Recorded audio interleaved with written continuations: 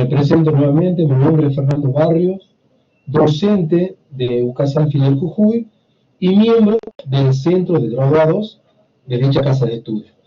El día de hoy les damos la bienvenida a todos para presentar los ciclos de conferencias multidisciplinarias, donde en esta oportunidad vamos a escuchar un poquito acerca de los desafíos de la política exterior en contextos del COVID-19 a cargo de la licenciada Silvia Gisela Millares. Por otro lado, le pedimos por favor, si son tan amables, de poder apagar su micrófono y su camarita para evitar interferencias. En caso de que tengan alguna consulta o quieran realizar una consulta, por favor, realizarlo por chat, de manera que al final la disertación de la licenciada, nosotros moderadores lo vamos a realizar públicamente para que ella pueda satisfacer todas sus consultas, ¿sí? A su vez, aprovecho también la oportunidad para presentarle el quinto encuentro, donde la temática es barreras de la retroalimentación en la educación virtual, a cargo del licenciado Víctor Sajara.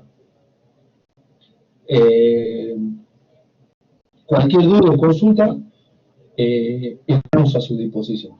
Así que vamos adelante con Gisela.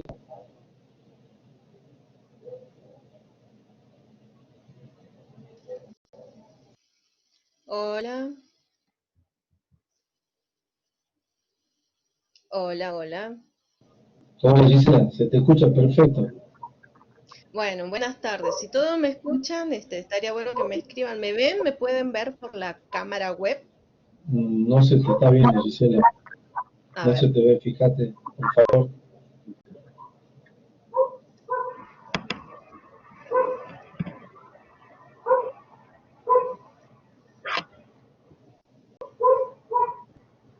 A ver ahora. Eso, ahí está el power. Ahora, El power sí. Sí, el power el de Power 10, sí. Gisela. Compartir video. A ver, vamos a ver si puedo poner la cámara. Así estamos Bueno, completos. ahora te confirmo. No te vemos en cámara y la presentación está lista para presentar. Sí, la presentación la veo, la veo. Me faltaría poner la cámara. Que vista preliminar.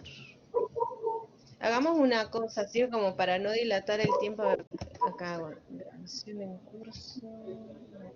Se te escucha perfecto, Gisela, así que cuando gustes. Fíjate, Gisela, en la barrita, en la barra inferior hay una cámara, lo único que tienes que hacer es desactivarla. Sí, la desactivo, pero Hacé me clic sale sobre la como... cámara, entonces la barrita. Sí, lo que pasa es que me sale como un aviso, pero cuando le pongo el clic en compartir video queda en gris, o sea, como que no se activa, no sé por qué. Qué pena. Capaz no te toma la cámara, Bien. pero bueno, a ver. No importa, yo diría que comencemos nomás, Gisela, no hay Bueno, problema. sí, Lo está importante es que se bien. te escucha perfecto.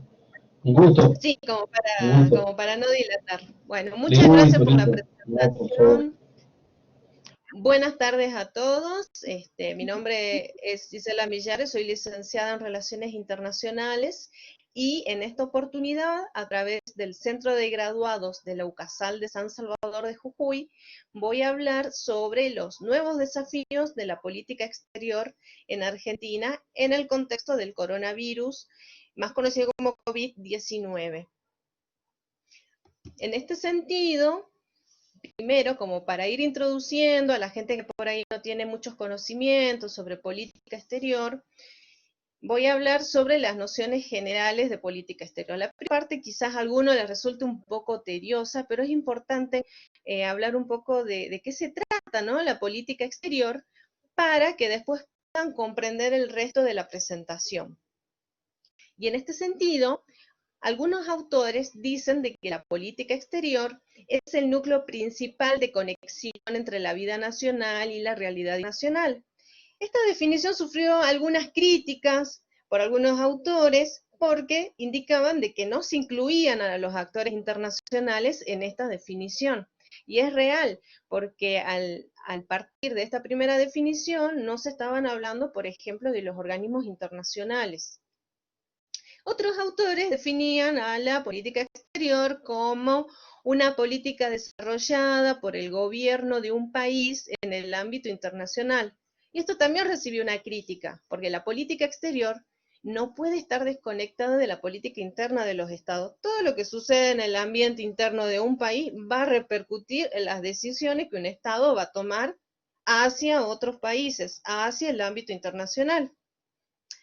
En suma, algunos definen a la política exterior, y esta me parece la definición más acertada, que sería una parte de la política formada por decisiones mediante las cuales se definen los objetivos, y el Estado va a utilizar ciertos medios para generar, modificar o suspender las relaciones con los actores de la comunidad internacional. Esta para mí es la definición más amplia, porque se tienen en cuenta a los actores internacionales, porque se tienen en cuenta las decisiones del Estado, que seguramente dependen de la realidad interna de un país, y principalmente los objetivos. Eso hay que tener muy en cuenta. Una política exterior siempre tiene que tener en cuenta los objetivos que va a perseguir. Porque si no, ¿qué es lo que pasa? Un Estado que no tiene en cuenta los objetivos queda a merced de los estados más fuertes. Es decir, que siempre un Estado va a accionar en función de una reacción de otro Estado, de una medida de otro Estado. Y eso no es bueno para ningún país. La política exterior debe ser racional, es decir, que no hay que tener ciertos propósitos disparatados, tiene que ser coherente. La política exterior debe ser coherente. Como para darles ejemplos, ¿no? Porque por ahí hay personas que están presentes en esta charla y por ahí no tienen cierto dominio, conocimiento propio de un político o de un licenciado en Relaciones Internacionales, pero como para que ustedes puedan tener idea a través de ejemplo a qué me refiero cuando digo que la política exterior debe ser racional, debe ser coherente, es decir, por ejemplo, cuando ¿se acuerdan de Carlos Saúl Menem cuando tuvo esa maravillosa impronta de tener un avión, una suerte de avión que nos iba a llevar hasta la estratosfera y luego íbamos a llegar a Japón? Está genial, era, digamos, un excelente plan, pero no era coherente ni racional para la época. No teníamos los medios, un país que no es del primer mundo. Sin duda, si lo hubiera implementado, hubiera sido una excelente opción para lograr mejores relaciones internacionales con otros países, sin duda, pero era una locura. Entonces, a eso me refiero. La política exterior debe estar acorde a la política interna de un país. Como para que ustedes también más o menos lo comprendan, a través de un ejemplo. ¿Recuerdan el año pasado lo que pasó en Mendoza? En Mendoza, ¿qué es lo que pasó el año pasado en diciembre? Hubo una movilización, hubo una sublevación por parte del pueblo, porque el gobierno de Mendoza sancionó una ley, iba a celebrar como una suerte de convenios con empresas internacionales, para que empresas vengan a invertir en Argentina, básicamente en Mendoza, pero en cuestión de megaminería. ¿Esto qué quiere decir? Que era una megaminería a cielo abierto, de forma desproporcionada, lo cual iba a generar una ganancia que iba a ir directamente al gobierno, pero no se tenía en cuenta la perjudicación que podría haber en la población de Mendoza. Sin duda, todo terminó en levantamientos cerca de Navidad, en movilizaciones, y finalmente se terminó por derogar esa ley que atentaba contra la población y el medio ambiente. Entonces, en ese sentido es importante, ¿no? Lo que recién explicaba en la definición anterior. La política exterior se relaciona con la política interna. La política interna va de la mano de la política exterior, es como una suerte de retroalimentación, pero el Estado no puede hacer oídos sordos de lo que pasa en su país. Y esa vez se vio reflejado. Debe ser lineal, ¿sí? Es lo que últimamente no estamos viendo en Argentina. Una política exterior debe ser lineal en el sentido de que debe mantener cierta continuidad en los proyectos que encausa cada gobierno de turno. ¿Y qué es lo que está haciendo Argentina últimamente, en los últimos años, en las últimas décadas?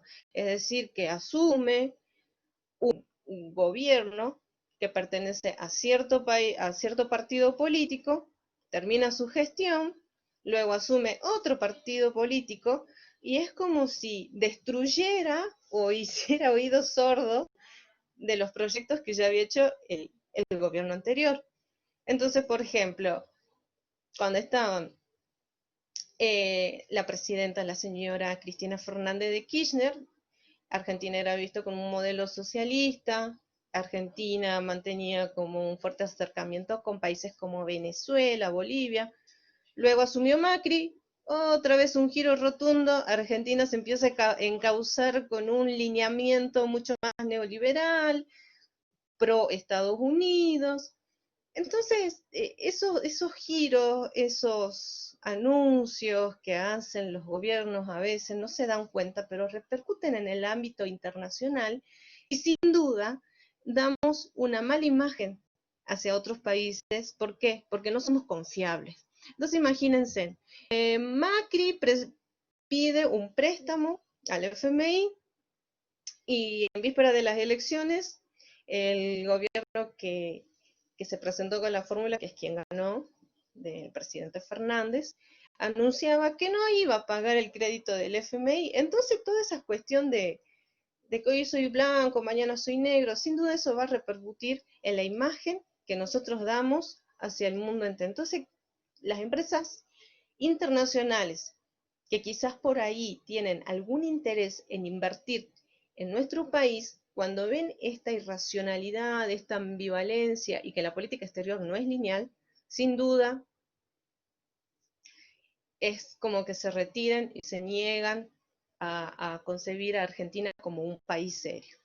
Bueno, por otra parte, especificar los fines y los objetivos de la política exterior relaciona con lo que les comentaba. La política exterior tiene que tener objetivos claros, porque si no estamos a merced de lo que sucede en el afuera.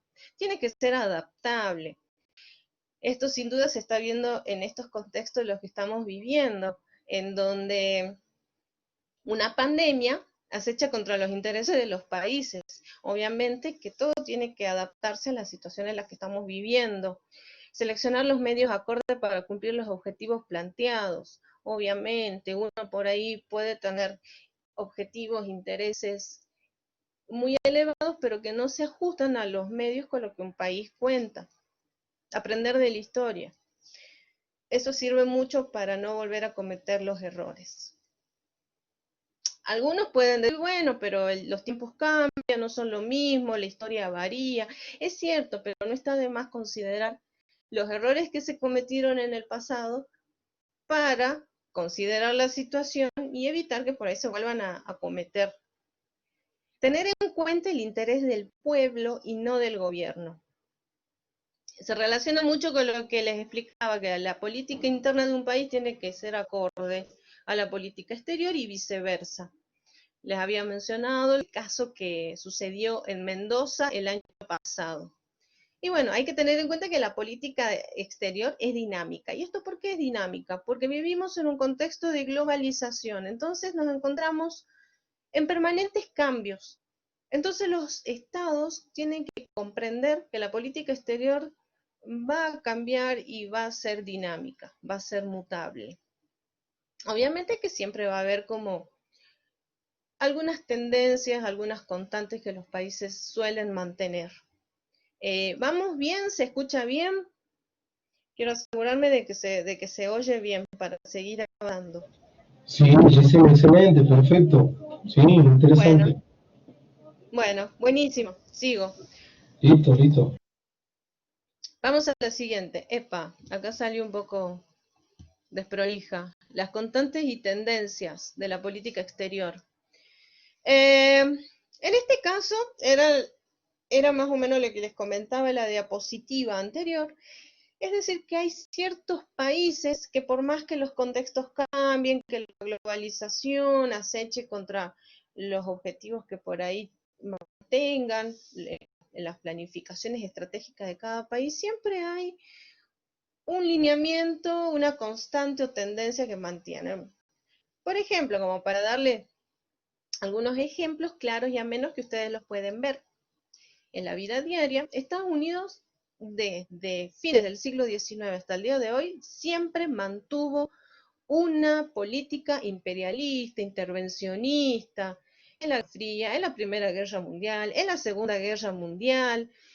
Entonces, es como que Estados Unidos siempre va a mantener esa tendencia. En el caso de Argentina, bueno, siempre Argentina, desde fines del siglo XIX, ha tratado en las negociaciones de forma pacífica, tratar de hacer los reclamos de la soberanía sobre las Islas Malvinas. Bueno, yo creo que ya los que ya, para mí ya se convirtieron en un pueblo con autodeterminación y hay que respetar eso, pero hasta la década del 70, Argentina trataba de hacer los reclamos de forma pacífica. Eso terminó con el gobierno de facto y en la Guerra de las Islas Malvinas de 1882. Pero digamos, es como para que ustedes puedan observar las constantes y las tendencias. ¿Cuáles son los condicionantes o a qué se refieren los condicionantes de la política exterior? Se refieren a las características del orden internacional. ¿Esto qué es? ¿Cómo está conformado el statu quo? Por ejemplo, en la Guerra Fría sabíamos que el mundo internacional estaba liderado por dos grandes potencias. Hoy que sabemos que una pandemia acecha a todos los países del mundo. Por otra parte, las principales potencias de rango mundial o regional son las que tienen algún tipo de incidencia en el comportamiento internacional del país. Por ejemplo, sería la OPEP, o la Unión Europea, con un menor rango, Estados Unidos, China, son grandes potencias que de algún modo van a determinar las reglas de juego en el ámbito internacional. Nos guste o no, es así. Los países subdesarrollados, por más que tengan buenos objetivos y planificaciones, a veces quedan sujetados a la política exterior de estas potencias. Por otra parte, hay que tener en cuenta la capacidad militar con la que cuenta un país, los recursos naturales, el PBI per cápita, la tecnología, y esto es muy importante, los aliados con los que cuenta un país. Sin duda, los aliados a veces tienen mucho más peso que todas las otras cosas que mencioné anteriormente. Muchísimo. Como para que ustedes lo puedan comprender, en un caso concreto, cuando fue la guerra de las Islas Malvinas, Argentina pensó que Estados Unidos iba a defender a Argentina, pensó que el lema de América para los americanos iba a ser útil para enfrentar a Inglaterra, y pensó que los países vecinos de América del Sur iban a apoyar, pero sin embargo fue todo lo contrario. Perú creo que fue uno de los pocos países que apoyó a Argentina. Estados Unidos, al contrario, se alió con Gran Bretaña. Entonces estas cuestiones tienen que ser analizadas, los aliados de un país. Bueno, por otra parte, los grupos de presión, los factores de poder, los grupos de interés. Los grupos de presión, bueno, pueden ser grupos guerrilleros, pueden ser los gremios de un país, los grupos de interés. Y yo al cuarto le agregaría, que para mí es un poco novedoso, las figuras públicas. Las figuras públicas pueden determinar un apoyo o al contrario un rechazo muy grande tanto en el ámbito interno como en el ámbito internacional. Eso se ve hoy en día a través de las redes sociales. Aparte con este tema de estar aislados, en cuarentena, uno tiende a estar más pendiente de las redes sociales, la televisión, la información. Y tal es así que, por ejemplo, una figura pública como un actor, como un cantante, como un deportista, puede publicar lo que opina en relación a un tema de... Y sin duda esto va a generar un fuerte apoyo o al contrario, un fuerte rechazo. Y puede llegar, digamos, a desestabilizar a un Estado, sin duda. Bueno, por otra parte, la tradición, los países a veces responden a una tradición, actúan en función de una tradición, la idiosincrasia de una población. La idiosincrasia argentina es bastante particular. Esto tiene mucho que ver con el comportamiento de la sociedad hacia un tema de la política exterior. Bueno, acá puse un poquito de las características del COVID-19, las voy a hablar muy rápidamente porque son de público conocimiento la mayoría. Esta pandemia tiene las siguientes características. Se originó en Wuhan, en China, y a partir de China se propagó por el resto del mundo. China al día de hoy más o menos tiene controlado el virus, pero cada tanto tiene rebrotes en ciertas comunidades de China. No hay una cura, no hay una cura, por lo tanto, el único modo de erradicar esta enfermedad es a través del lavado de manos, el uso de alcohol en gel, el uso del barbijo, algunos lo llaman tapaboca, acá en Jujuy lo llamamos el barbijo social, mantener la distancia, el distanciamiento, y yo creo que este último ítem, el distanciamiento social, es el que más repercute en la política exterior. Porque a partir de este distanciamiento es en donde se empiezan a cerrar las fronteras, el comercio no solo a nivel nacional, sino a nivel internacional, queda prácticamente parado, no puede avanzar y sin duda esto va a afectar a la economía internacional. Esta medida de erradicar el coronavirus, yo creo que es la que más afecta a la política exterior y la economía de los países. No como un lavado de mano, un alcohol en gel, el uso de un barbijo, el uso de la limpieza en la casa, con lavandina y demás. Me parece que hay que tener mucho ojo con el distanciamiento social. Bueno, sigamos avanzando. La Organización Mundial de la Salud declaró al COVID-19 en el mes de marzo una pandemia por el hecho de que la enfermedad había traspasado fronteras y los saldos de contagios y de muertes, de fallecimientos eran muy elevados. Lo cierto es que tampoco hay una vacuna contra el coronavirus.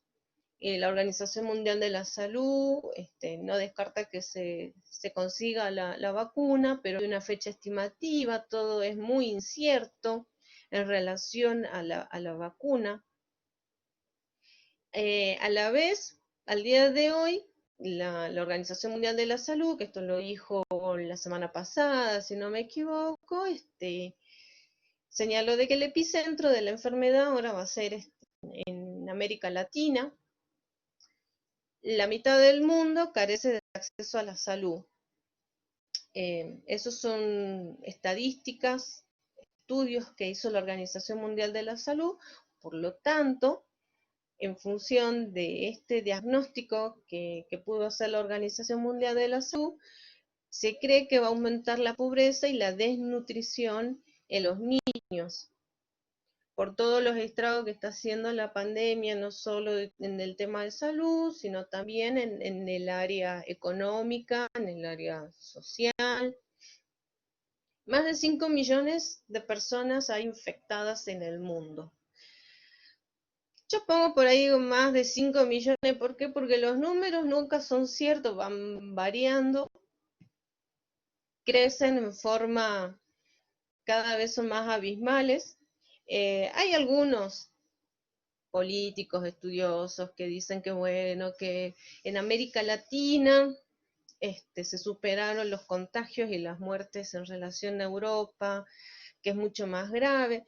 Y yo por ahí pienso y digo, bueno, es cierto, porque si tenemos en cuenta la tasa de población y si tenemos en cuenta la geografía, el territorio, obviamente América Latina es mucho más grande que Europa. Así que bueno, y bueno, la verdad que no quiero hacer demasiados comentarios de la Organización Mundial de la Salud, porque para mí hasta ahora la Organización Mundial de la Salud no hizo un aporte contundente, un aporte previsorio. Lo que dice son cosas obvias, de que ahora el epicentro va a ser en América Latina, es algo que ya lo veíamos venir desde febrero o marzo. En marzo, el 3 de marzo, si no me equivoco, tuvimos el primer caso en Argentina. Desde el momento en que yo vi que Brasil ya tenía el primer caso, yo ya sabía, y creo que más de uno era consciente que la enfermedad iba a llegar a toda América Latina. Yo lo que veo que por ahí la Organización Mundial de la Salud no previene, sino que hace una suerte de descripción de lo que está sucediendo.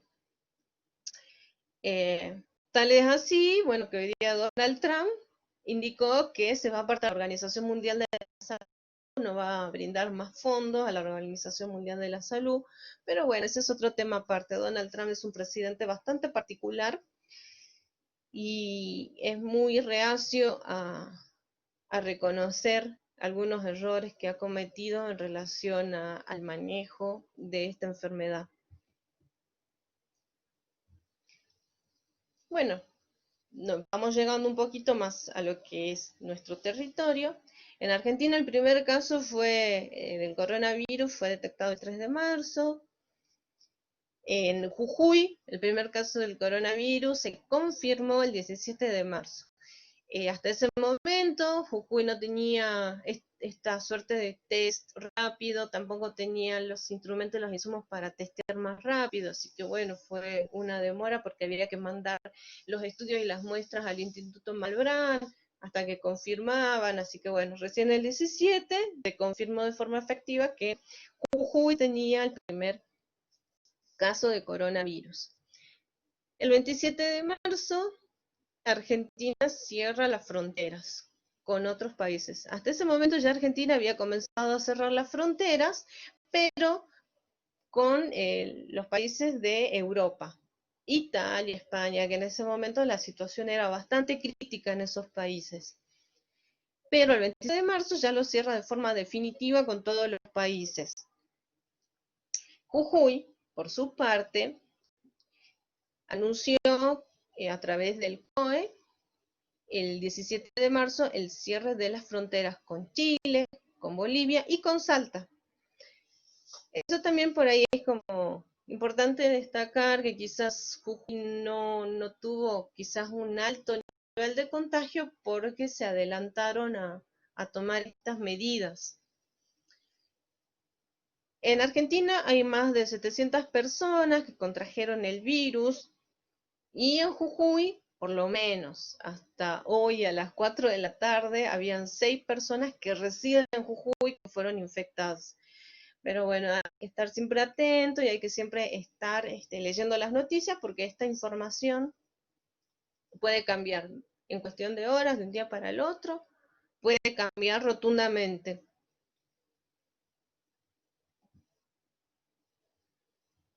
Epa, no salieron los videos. A ver.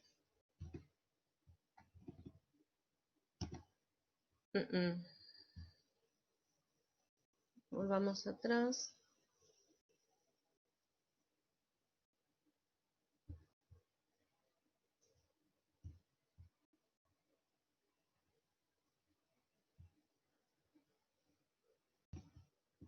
¿Ustedes ven bien? ¿La ven grande? ¿Lo ven ampliado? Gisela, se ve perfecta la filmina. tenemos una bandera de Argentina a la izquierda y el mapa de la provincia de Jujuy a la derecha. Ahora lo cambiaste.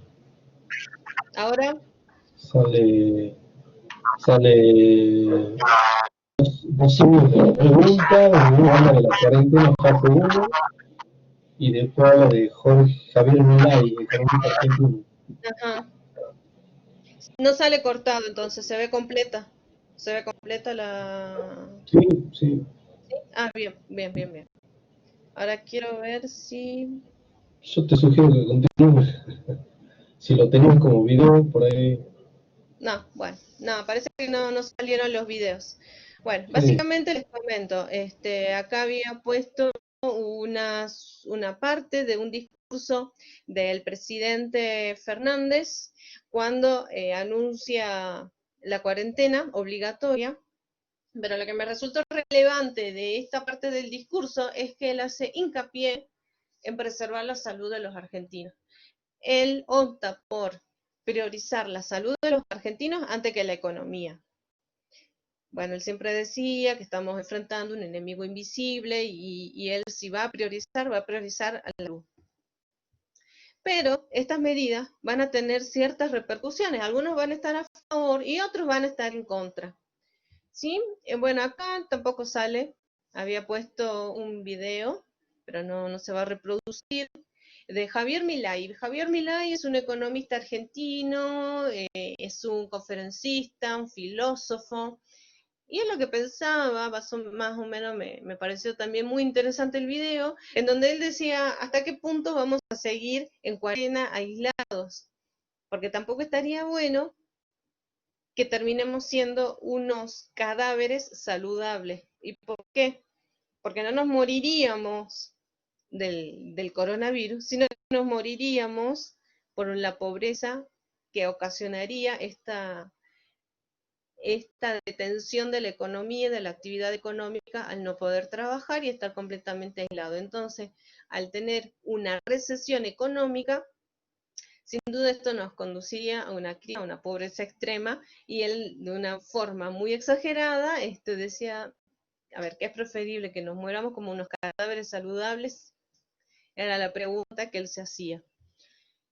Por otro lado, la OMS, en su momento, en finales de marzo, dijo que Argentina tomó las medidas rápidas y audaces que pueden cambiar la cumbia del coronavirus. Es una declaración de la OMS. Y por otro lado tenemos al presidente de Chile, a Sebastián Piñera. Y él destacó el valor de la estrategia chilena en comparación con la Argentina. Y él decía que los resultados de los fallecidos lo demuestran. ¿Qué quería decir este presidente de nuestro país vecino? De que Argentina tenía una tasa de muertes más alta que Chile. Chile tenía muchos infectados, esto fue fines de marzo. Tenía muchos infectados, pero no tenía muertes en ese momento. Entonces, de algún modo criticaba y a la vez como que se burlaba de la estrategia argentina, porque Chile toma medidas en cuarentena muchísimo tiempo después que Argentina y sin embargo no tenía muertes. De algún modo era como que se burlaba y criticaba a las medidas de nuestro país. Acá tenía un video de que tenía... Ah, no, acá tenía, uy, se me pasó, perdón. Acá tenía un video de Ricardo Darín en una entrevista. ¿Se acuerdan que él había hablado en la diapositiva anterior de la importancia de las figuras públicas, cómo de repente pueden influir en una política interna, en una política exterior? ¿Por qué? Porque comentarios que hacen pueden generar críticas en toda la sociedad o al contrario, apoyo a quienes nos gobiernan. Y Ricardo Darín, lo que él decía en esta entrevista, era de que era impresionante cómo la gente hoy, al día de hoy, se desesperaba por conseguir alcohol en gel, por conseguir harina, conseguir frutas, y de algún modo esto nos desenmascaraba en el sentido como seres humanos consumistas, porque se daba a entender de que hoy la gente priorizaba estos bienes, estos recursos, que en unos meses atrás, no eran tenidos en cuenta. ¿Por qué? Porque uno priorizaba gastar en bienes de consumo como celulares, viajes, teatro, peluquería, estéticas, en cosas que él considera banales, y hoy por hoy nos desesperamos por conseguir ropa, alimentos, alcohol en gel, productos de limpieza, papel higiénico, que hasta hace unos meses eso no era muy tenido en cuenta. Y él también llega a la conclusión de que en el contexto de pandemia la desigualdad existe y los países en vías de desarrollo, subdesarrollados, van a ser los más perjudicados. Pero sin duda, en este contexto de pandemia, también hay gente o empresas que se está haciendo multimillonaria. Yo me imagino que es cierto esto. No sé si es que se estarán haciendo multimillonarios, como dice Ricardo Narín, pero sí creo yo de que hay ciertos comerciantes que en esto están viendo una gran oportunidad. Imagínense en el fabricante de alcohol en gel lo que debe estar recaudando. No nos vayamos tan lejos ni pensemos demasiado. Y si bien esto él lo considera como una crítica, yo creo que en realidad en el contexto de pandemia uno tiene que repensar en la economía, y si algún rubro uno considera que no va a generar beneficios económicos, se puede reconsiderar otra oportunidad y redireccionar la actividad económica. Lo estamos viendo acá en Jujuy, no nos vayamos muy lejos.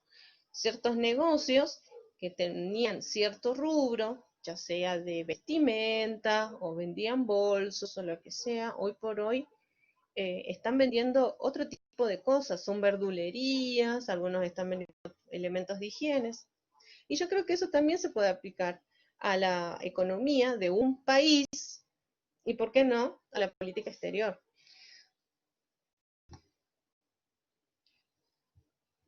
Bueno, acá puse una suerte de flujo, digamos, lo que serían las consecuencias de la cuarentena y cierres de frontera. Esto aplica a todos los países. No hay ninguno que quede excluido, porque el hecho del aislamiento, la cuarentena y que no se pueda activar la actividad económica, esto va a generar que se cierren las pymes, los negocios, las empresas. Sí, esto va también a su vez a generar un desempleo de los trabajadores en blanco, como también, digamos, los trabajadores informales.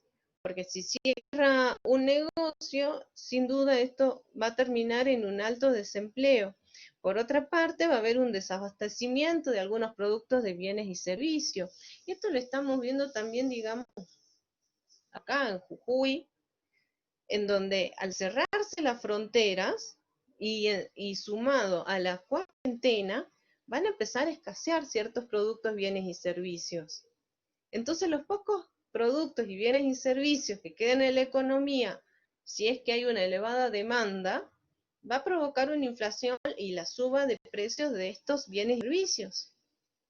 Pero teniendo en cuenta de que el Estado no puede recaudar demasiado porque la actividad económica está prácticamente paralizada y encima se suma el desempleo porque cerraron las pymes y demás, esto va a generar que el Estado no pueda incrementar los salarios, por ejemplo, de los empleados estatales. ¿En qué deviene esto? En una pérdida del poder adquisitivo. Entonces, estas personas desempleadas y aquellos que cuentan con un salario mínimo para poder subsistir, quizás lleguen a endeudarse. Digamos, es todo son ciertos aspectos que van explicando la crisis. Y estos bajos salarios obviamente van a repercutir en el consumo, el cual va a ser más bajo, la economía se retrae y todo termina en un default. Esto afecta a todos los países. Bueno, es importante también tener en cuenta qué es lo que pasa con los procesos de integración, los bloques regionales con los que Argentina tenía una fuerte relación. Podemos mencionar el Mercosur, porque la pandemia sin duda va a afectar las relaciones internacionales y los procesos de integración. Pero es importante que ustedes comprendan qué es lo que caracteriza un proceso de integración. Y bueno, yo acá puse unos 3 aspectos que me parecían como los más claros y los más importantes. Un proceso de integración está caracterizado por el aumento de las transacciones, ¿sí? Lo cual sin duda lo estamos viendo sumamente paradas por el tema de la cuarentena, por el aumento de las comunicaciones, ya sean terrestres o pueden ser a través de núcleos virtuales, el intercambio de gente y de ideas, que esto se ve mucho también en el flujo de gente en las fronteras, las reuniones, la unión de la gente para promover proyectos, la cooperación. Y esto es lo que caracteriza un proceso de integración. En el mundo, y bueno, relacionado más que nada con Argentina, los dos grandes procesos de integración que últimamente Argentina había mantenido en vilo fue el Mercosur, ¿sí? Que Argentina firma el Tratado de Asunción en 1991, como recordarán, y el Mercosur empieza a regir en 1994. Pero, ¿qué es lo que pasó? Hace poco, hace unos meses, el gobierno argentino anunció que no va a acompañar a las negociaciones de libre comercio. En este momento era con Corea del Sur, Singapur, Líbano, Canadá, entre otros. Pero lo cierto es que el gobierno del presidente Fernández anunció esta medida porque prefería ocuparse de la cuestión interna de la pandemia, mantener las fronteras cerradas, en vez de negociar cuestiones de libre comercio con otros países. Por otra parte, no tenemos que tener en cuenta el fuerte distanciamiento que existe entre nuestro presidente y el presidente de Brasil, Jair Bolsonaro. Son dos perfiles distintos, dos políticas distintas, y de algún modo va a repercutir en la estabilidad del Mercosur. Aparte, Argentina y Brasil son los dos países más fuertes de este bloque regional. Por otra parte tenemos a la Unión Europea. ¿Se acuerdan el año pasado, como un gran logro? Macri logró celebrar un convenio con la Unión Europea. Luego de esa reunión dijo de que el Mercosur era un bloque abierto, competitivo, dinámico, comprometido con la integración y el comercio, y que este acuerdo iba a permitir potenciar el comercio y las inversiones. Esto fue en julio del 2020. Hoy por hoy la Unión Europea ha tenido críticas entre sus estados partes, entre sus mismos estados miembros, porque al momento de la pandemia, Bélgica salió a denunciar de que nunca tuvo apoyo de sus estados de la Unión Europea. Por otra parte, se vieron cosas insólitas, como por ejemplo España, en plena crisis, con un elevado número de fallecidos y de contagios, tuvo que comprar unos respiradores. Turquía estaba en una situación también crítica, pero no tan grave como España, a tal punto que los respiradores que eran para España tuvieron que parar en Turquía, el avión tuvo que hacer una suerte de transbordo y Turquía se apoderó de los respiradores que eran para España porque los necesitaba. Después España lo denunció a Turquía, cosas así inverosímiles que uno no se imaginaba que podían pasar, pasaron. Bélgica los denunció a los estados partes de la Unión Europea y dijo que en realidad nunca existió una unión en este bloque regional, que sin embargo es el bloque regional que ha llegado a un elevado nivel de integración. ¿Por qué? Porque era el único bloque regional que tenía moneda propia. Así de simple. Entonces la pandemia de algún modo viene a interpelar todos estos objetivos con los cuales fueron creados los bloques. Vuelve a interpelar los fines y los objetivos de los procesos de integración. Bueno, acá yo más o menos me planteo estos problemas, de acuerdo a lo que les mencionaba, que es lo que caracteriza un proceso de integración, y me interpelé y dije, ¿es posible una integración con distanciamiento social? ¿Se acuerdan que había mencionado en una de las diapositivas qué es lo que caracteriza un proceso de integración, y yo decía el intercambio de gente, de ideas, las reuniones, las negociaciones. Ahora, yo me pregunto, ¿es posible la integración con un distanciamiento social? Por otra parte, me pregunto, ¿es posible la integración sin estas transacciones comerciales, sin las comunicaciones vía terrestres, vías aéreas? ¿Será factible? ¿Es posible unificar los criterios políticos con los países de América del Sur? Bueno, yo pensé y yo pienso que quizás es viable. Es viable, pero todo va a ser distinto. Por ejemplo, las negociaciones, los intercambios de gente, cómo se van a dar a través de este modo por el cual yo me estoy comunicando con ustedes. Todo vía virtual. Las transacciones serán vía virtual, que lo estamos viendo al día de hoy en los bancos. Uno quiere hacer una operación tan simple como cobrar un cheque, es dificilísimo que te den el papel billete. Entonces yo creo que va a surgir ahora un nuevo tipo de transacción, que será todo virtual. Yo por ahí trataba de pensar, digo, y el intercambio de gente a través de la frontera, yo creo que eso no sería posible en este momento. Pero sí que estas personas interactúen de forma virtual a distancia como lo estoy haciendo con ustedes. ¿Es posible unificar los criterios políticos con los países de América del Sur?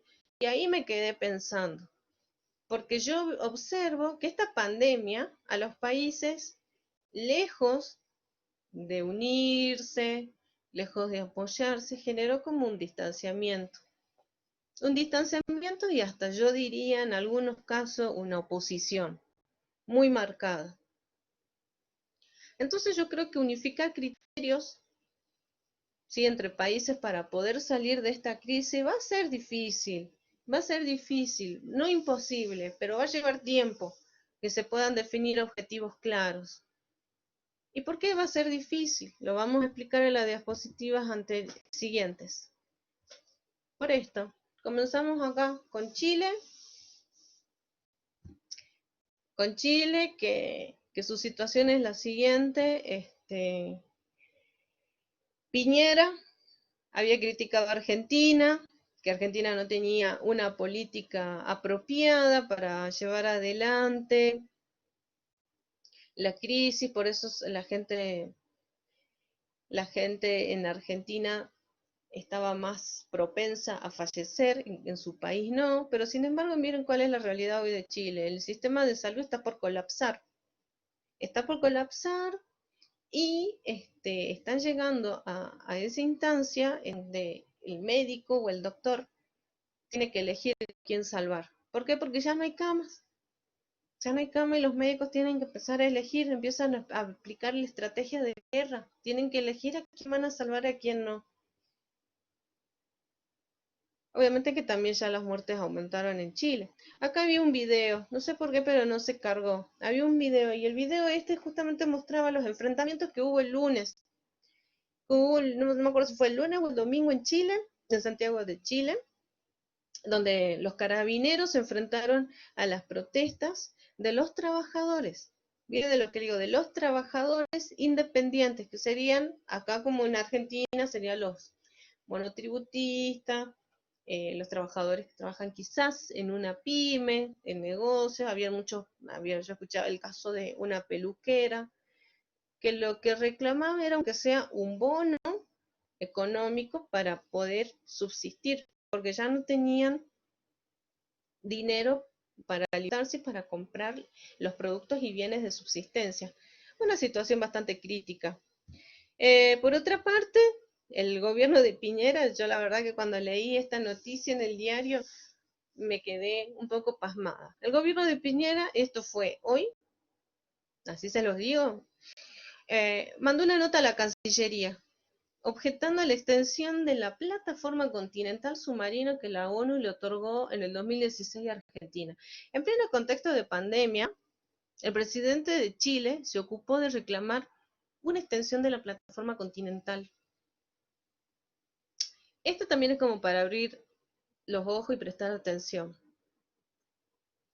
Chile es un país que no cuenta con demasiados recursos recursos naturales de subsistencia, tienen un escaso territorio, aparte la geopolítica, la geografía del país es como medio incómodo, el país es un país largo. Yo digo, hay que prestar atención a ese reclamo.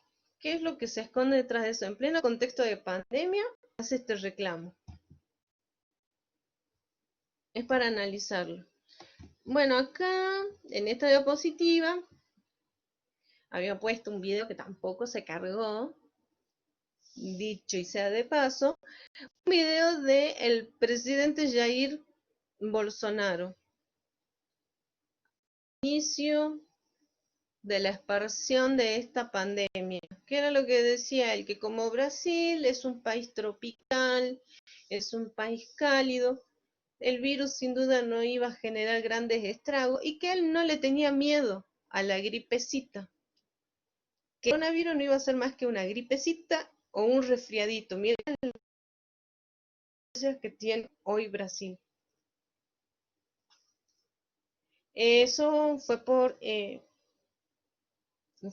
minimizar la situación. El hecho es que el presidente Jair Bolsonaro, él está convencido de que él está llevando una política interna y externa de la mejor forma. Tal es así que se nos burló esta semana y dijo, miren hacia dónde está yendo nuestra querida Argentina. ¿Alguien quiere eso para Brasil?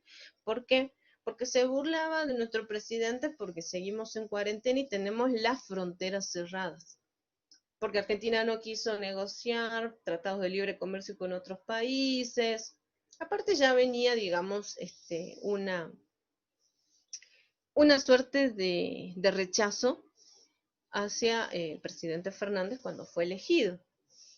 Para que ustedes puedan comprender la situación que tiene Argentina con sus propios países vecinos. Lejos de una unión con Brasil y Chile, que son países que podrían ser líderes en América del Sur, hay un distanciamiento muy grande. Aparte, Jair Bolsonaro aprovechó esa instancia no solo para criticar a Argentina, sino también para culpar a Venezuela, para culpar a sus ministros, para criticar a sus propios funcionarios, que la mala situación económica del país es por culpa de ellos, porque ellos impulsan el aislamiento y la cuarentena. Bueno, por otra parte, Uruguay es llamativo. ¿Por qué puse estos dos países, uno al lado del otro? Uruguay, que limita con Brasil, solamente tuvo 22 muertes por coronavirus, sin cuarentena obligatoria. Eso es muy llamativo. Uruguay fue uno de los últimos países de América Latina que tuvo casos confirmados. Y no tiene la cuarentena obligatoria, simplemente el Estado sugirió, recomendó a la población que mantengan un distanciamiento social, tomar todas las medidas de prevención, evitar los amontonamientos, y para que ustedes vean la idiosincrasia de la población que lo acató, lo cumplió y aparentemente esta estrategia está dando mal que mal un buen resultado en Uruguay. Y corriendo el peligro de que tiene las fronteras con Brasil, que Brasil tiene un alto nivel de contagio y de muertes. Eso es muy llamativo de este país, de Uruguay. Y yo creo que se relaciona, como les decía, con la idiosincrasia. Y con esto, ¿a qué me quiero remontar? A la diapositiva que presenté, que creo que era la número 2 o 3 creo que era, el donde les hablaba de las tendencias y constantes. Cómo la idiosincrasia de una población puede determinar la política exterior. Y en este caso, bueno, se nota claramente en Uruguay. Bueno, en Bolivia le está pasando por una situación muy parecida a la de nuestro país. Hay regiones que tienen una alta tasa de contagios, en tanto que hay otras que lo tienen controlado el coronavirus. Algunos dicen, bueno, que Bolivia no tiene quizás tantos contagios o muertes porque no tiene muchos aeropuertos, porque no tiene tanto turismo internacional, pero yo creo que en realidad Bolivia tomó las medidas con mucha antelación. Cuando Argentina tuvo un caso confirmado, inmediatamente cerró la frontera. Ellos no tenían casos, pero cuando se enteraron que Argentina tenía casos positivos, ahí nomás cerraron las fronteras. Hay regiones con una alta tasa de contagio como Beni, que es una población que está muy cerca de Brasil, del Amazonas de Brasil, Santa Cruz y Oruro. Y bueno, y ahora están pensando en una posible flexibilización de la cuarentena, que yo creo que va a ser por sectores o por regiones.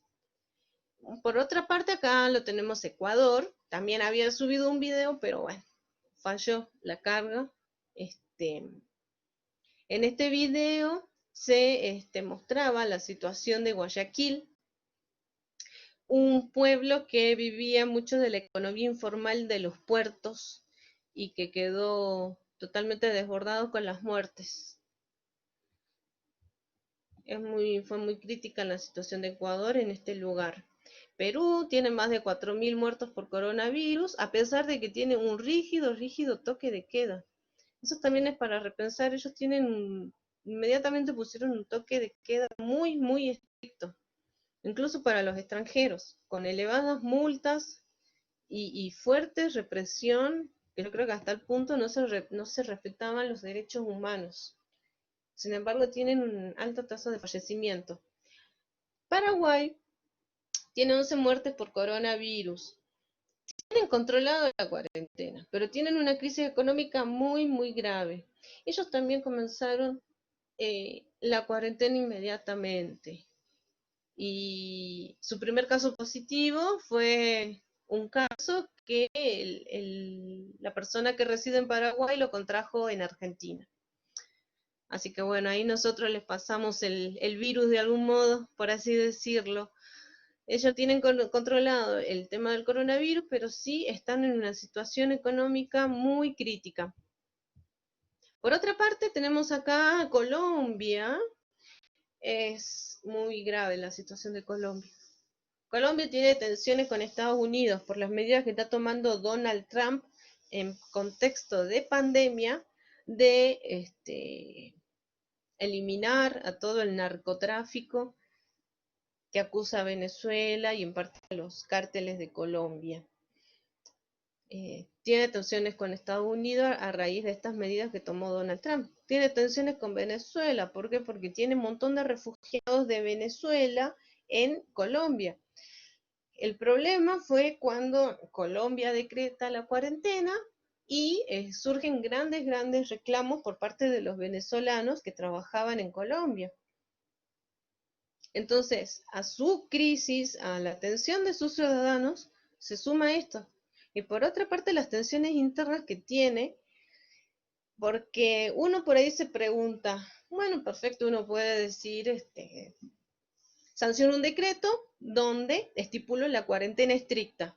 Eso es en un país más o menos normal, pero ¿qué haces en Colombia, donde tenés grandes selvas de grandes extensiones, donde viven los cárteles?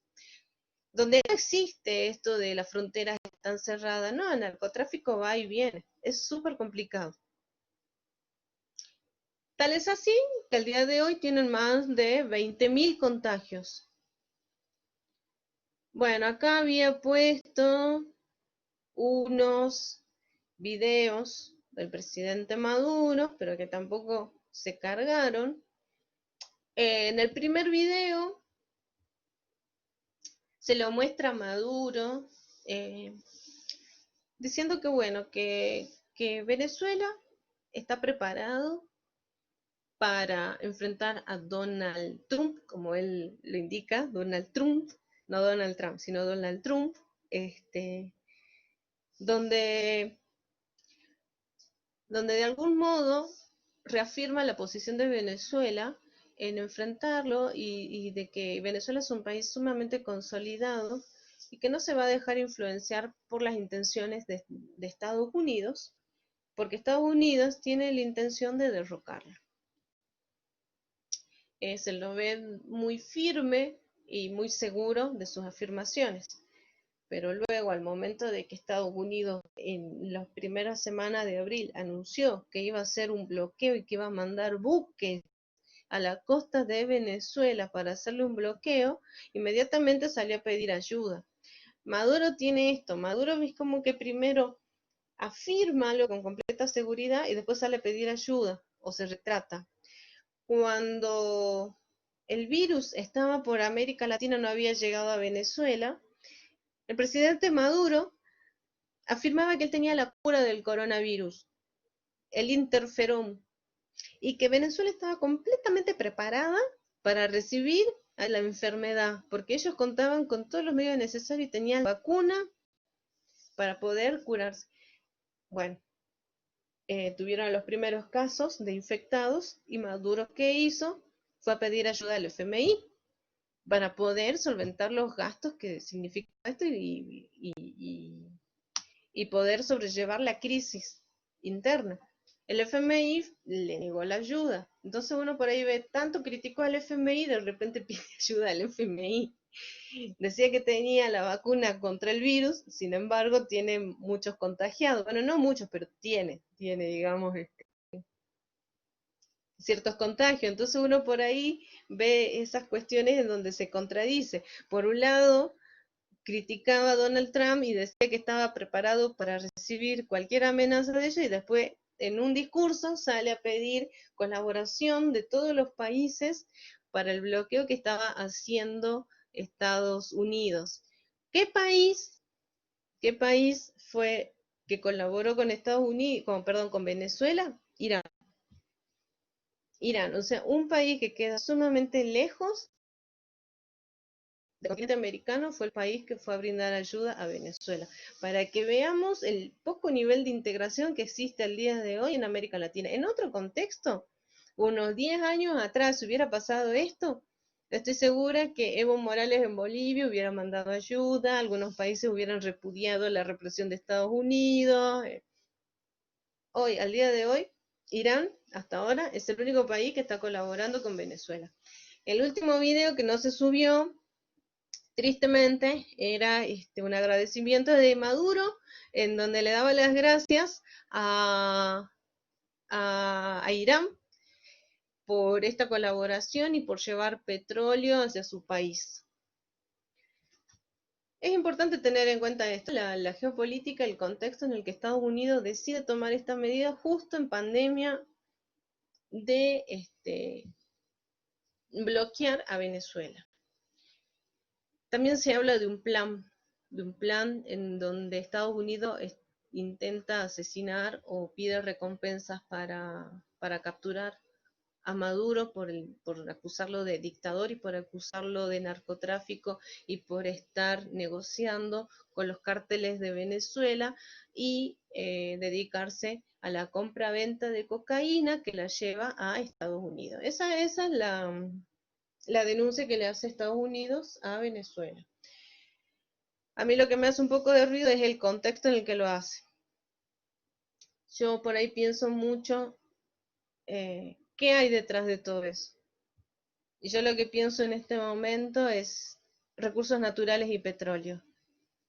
Es lo que yo pienso, que lo lleva a Estados Unidos a tomar estas medidas.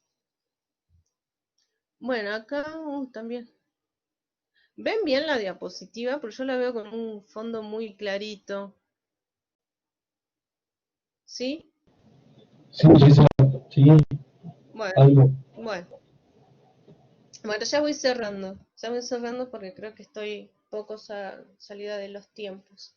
Los posibles lineamientos para Argentina, ¿sí? Teniendo en cuenta lo que describí, lo que estamos viendo el día de hoy.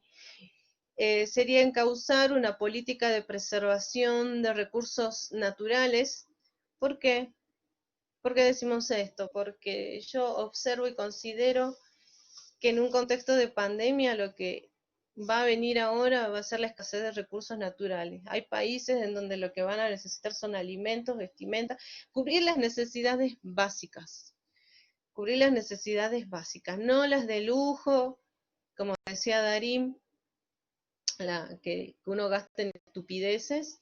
Bueno, yo creo que eso es un detalle y no menor para considerar ahora. Argentina tiene territorio, tiene recursos naturales, entonces yo creo que tiene que tener una política que tienda a la preservación y a la defensa de estos recursos naturales.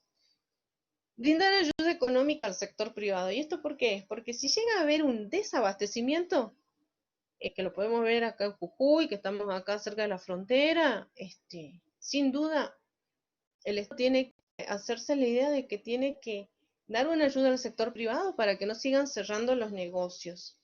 Y, obviamente, impulsar la industria argentina. Si no hay una industria argentina, bueno, crear. ¿Por qué? Si seguimos con la frontera cerrada, va a llegar un momento en donde ciertos productos que importábamos ya no van a estar. Entonces, ¿qué es lo que vamos a necesitar? Una industria argentina. Es verdad, vamos a necesitar créditos para importar maquinarias, para poder producir nuestros propios productos, pero hay que hacerlo. Hay que hacerlo. Yo creo que con esta pandemia tenemos para rato. El Estado tiene que ser consciente de eso. No queremos que pase lo que pasó en Chile. No queremos represiones, no queremos revueltas y que la gente tenga demasiadas necesidades, gente trabajadora. No cortar las relaciones diplomáticas con ningún país. A pesar de que Chile haga los reclamos, que Brasil critique al presidente Fernández, yo considero que eso no es motivo para cortar las relaciones diplomáticas. Yo creo que son oídos sordos. Los hechos hablan por sí solos, uno se fija en los números. Y aparte, uno, cuando estudia la historia, siempre ve, los presidentes van y vienen, pero yo creo que hoy está Jair Bolsonaro, hoy está Piñera, que está Fernando, que recién comienza el mandato. Capaz que en unos años Jair Bolsonaro no esté y quizás podamos concretar algún proyecto en conjunto con Brasil. Sí, entonces por ahí no hay que ser tan tajante en cortar las relaciones diplomáticas con un país. Sí mantener distancia con el gobernador de turno, quizás. Mantener una suerte de distancia, pero no con el país. Eso es importante. Proteger las fronteras, obviamente, sin duda. Y revalorizar a los científicos y a los investigadores argentinos. ¿Esto por qué es? Porque justo en que pasa esta crisis para que Argentina pueda valorar a tantos médicos, a tantos químicos, a tantos bioquímicos, tantos ingenieros que emigraron hacia otros países, porque en otros países del primer mundo les ofrecían una mejora salarial, oportunidades de crecimiento y desarrollo y, ¿por qué no?, de investigaciones. Una vez se queja de que Argentina no tiene laboratorio, no tiene un desarrollo, un alto desarrollo como Alemania, por ejemplo, como Corea, en cuestiones de salud, pero si uno se fija, el Estado a veces no hace demasiado, no lleva políticas correctas para impulsar estas investigaciones y, obviamente, crear o fortalecer las industrias farmacéuticas. Bueno, quizá Fernando después pueda hacer algún aporte en relación a esto como farmacéutico, pero yo creo que es el momento de repensar en esto. Entonces los científicos, investigadores que tenga Argentina, yo creo que es el momento de impulsarlos, escucharlos y darles los medios y los insumos para que puedan encontrar posibles soluciones. No digo la vacuna, pero sí como para poder sobrellevar estos efectos del coronavirus. Todo ello en el marco de un plan que respete los aspectos de los requisitos de la política exterior, que son los primeros que les expliqué. ¿Se acuerdan? Que la política exterior tiene que tener objetivos, que tiene que ser acorde a la política interna, las necesidades del pueblo, tiene que ser lineal, ¿sí? Así que todo eso tiene que responder a los requisitos de una buena política exterior. Bueno, sin más, les pido disculpas porque, bueno, nos salieron los videos y quizás el color de esta diapositiva no fue la mejor. Sí, así que bueno, le quería agradecer a todos, sí, por su presencia. Muchas gracias por su atención y su tiempo. Y bueno, yo creo que si alguien tiene algo para aportar, para compartir o alguna pregunta, estoy dispuesta a escucharlos a ustedes. Gisela, interesantísimo, muy buen discurso, la verdad que importante lo que dijiste, contextualizaste, la verdad que te felicito, ¿sí? No sé si alguien Bueno, quiere hacer gracias. alguna pregunta. Daniel, Erika, Federico, Sergio, Silvia.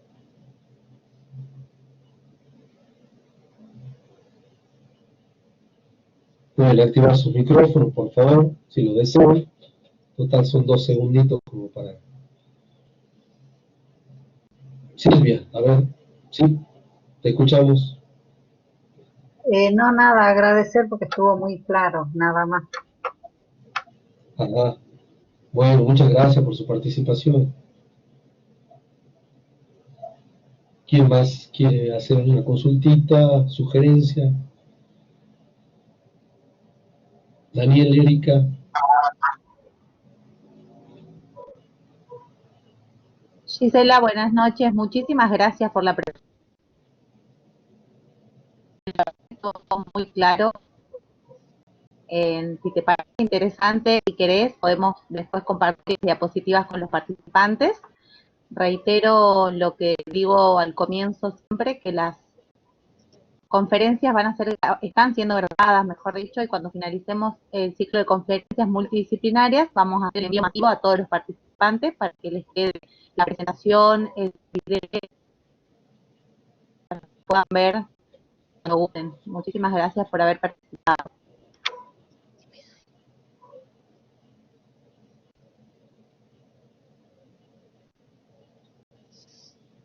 Bueno, gracias a ustedes por su tiempo, por asistir.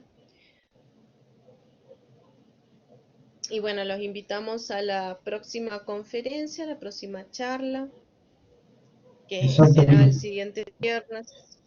Sí, exactamente. Para cerrar un poquito, les agradezco su participación todo. Gracias por su tiempo. Y les recuerdo que aprovechen de inscribirse en el link de la página de la UCASAL, Facebook o Instagram, ¿sí? Para poder compartir otro encuentro, que sería el último en esta etapa, sobre la barrera de la retroalimentación en la educación virtual, a cargo del licenciado Víctor Sacán. Muy amable, muy buenas noches y gracias por su participación. Hasta luego.